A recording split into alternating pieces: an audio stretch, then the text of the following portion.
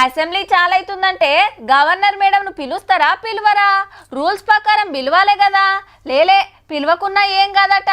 అరే governor speech లేకుండా budget మీటింగ్లు ఎట్లా చాలైతాయి? ఏం కాదు, పలానా సెక్షన్ ప్రకారం బాజాప్తా నడిపియొచ్చు అని చర్చలు నడుస్తుండే అప్పట్లా. గవర్నర్కు పడకపోయేసరికి మనోళ్ళే అసెంబ్లీలు పెట్టుకునేది పిలవకుంటేనే. ఇప్పుడైతే బరాబర్ పిలుస్తున్నారు, మేడం బరాబర్ వస్తున్నది.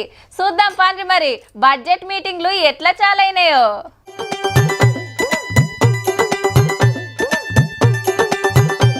మండలి chairman sir, speaker sir governor మేడాన్ని మీదికి తోలకపోయినాక కాలోజీ పలుకుతోటి స్పీచ్ సురువయ్యింది.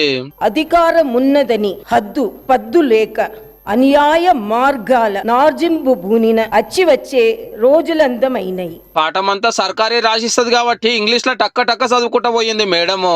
పూలే పేరుతోటి ప్రజాభవన్ పెట్టాము, అందులో ప్రజావాణి నడుస్తుంది. పబ్లిక్ కోరుకున్న పాలన సాగుతుంది. 6 గ్యారంటీలు పక్కా అమలు చేస్తాం, 2 నడుస్తున్నాయి, జల్దిగానే ఇంకో 2 పెడతాము అన్నది. The LPG cylinders will be supplied to eligible families for ₹500 only. 200 units of free domestic power will be given to every eligible household. అందరు మెచ్చేటట్టు ఏలువాడి ఉంటది. తెలంగాణను అన్నిట్లా డెవలప్ చేస్తాము, డబ్బున్నే 2 లక్షల జాబులు ఇస్తామన్నది సర్కారు. Education with fulfilling up to about 2 lakh jobs by our newly constructed TSPSC. CM sir Davos పోయి 40,000 కోట్ల రూపాయల పెట్టుబడులు తెచ్చిండని తారీఫ్ చేసింది. 40,000 crores is new investment were announced in Telangana by global investors. Musi నదిని ముద్దుగా చేస్తాం, గుళ్ళని డెవలప్ చేస్తాము, టూరిస్ట్ జాగాలు వేస్తాము అన్నది.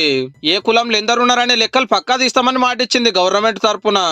This Telangana government has decided to conduct Kula Kanana caste survey by taking up door-to-door household survey. రాసిచ్చిందంతా చదివినాక బ్రైటర్ తెలంగాణ కంటిన్యూ, జై భారత్ జై తెలంగాణ. అయితే కేసీఆర్ సార్ ఇవాళ కూడా అసెంబ్లీకి రాలేదు. ఆ పార్టీ ఎమ్మెల్యేలు చాలా మందే వచ్చిండ్రు. ఆటో డ్రైవర్ల తిప్పలు ఎరకయ్యేస్తానికి కారు కౌశిక్ రెడ్డి గారు ఆటోలో వస్తే మహిళలకు ఎంత ఫాయిదా ఉందో తెలుసుకోవడానికి కాంగ్రెస్ ఎమ్మెల్సీ వెంకటన్న ఆర్టీసీ బస్సులు వచ్చిండు అసెంబ్లీకి.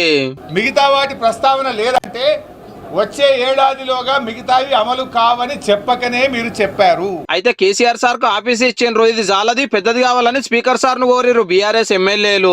కేవలం ఒక రూము అంటే ఇప్పటి మట్టుకున్నటువంటి ఎల్ఓపి ఆఫీస్ లో 1/4 ప్లేస్ కూడా లేనటువంటి రూముని కేటాయించడం జరిగింది. ఎల్లుండి అసెంబ్లీలో బడ్జెట్ పెడుతున్నారు. పాత సీఎం సార్ గాదిరమని వస్తాడో మరి.